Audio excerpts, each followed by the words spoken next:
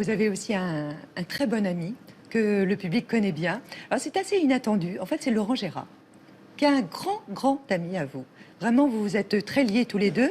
Et puis, on a rencontré aussi Mélanie Laurent, parce qu'elle a de très bons souvenirs à vos côtés.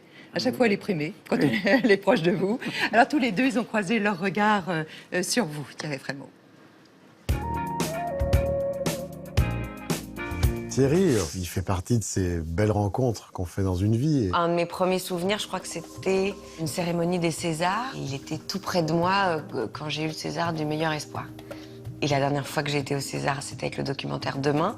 Et je me suis assise, il était à côté, il m'a dit « Je te signale qu'à chaque fois que je suis à côté de toi, t'as le César. » Donc j'ai dit « Mais en fait, t'es mon porte-bonheur depuis des années. » Il a cette passion, non seulement de son métier, mais de plein d'autres choses autour. C'est-à-dire qu'il va aussi bien parler à Clint Eastwood ou à Almodovar que de tracteur avec le paysan du coin. Un homme qui a un pouvoir insensé, qui décide de choses incroyables par rapport au métier, et qui en même temps reste quelqu'un d'adorable, d'extrêmement généreux, toujours aussi passionné, passionnant du coup.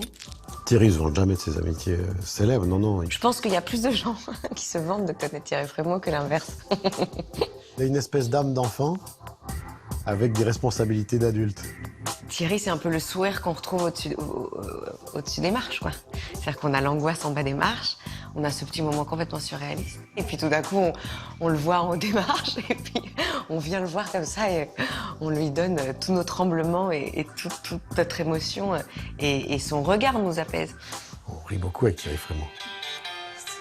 On se tape sur les cuisses quand on voit des films turcs de 3 heures ou des films ouzbeks aussi de 8h30. Là, c'est la grande rigolade. C'était une année où c'était Tarantino qui était mis à l'honneur et il m'a appelé en me disant « Mélanie, il faut que tu viennes à Lyon pour chanter. » Je dis « Ah non, non, parce qu'en fait, je suis enceinte, Thierry, et je vais accoucher, en fait. » Il me dit « Oui, non, mais viens avec ton bébé. » I was 5 and he was 6. We rode on horses made of sticks.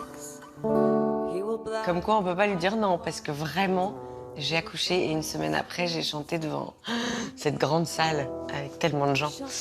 Voilà, gros coup de stress. Il a le sens du partage, il a le sens de la fête. Vous chantez des chansons de Brassens par cœur, d'Henri Tachant, de Pierre Perret, de Serge Lama. J'ai entendu dire qu'il aimait chanter, beaucoup. Et que voilà. Donc ça, je sais pas, j'aurais adoré voir ça. Lui, il m'a vu chanter, mais moi, je l'ai pas vu.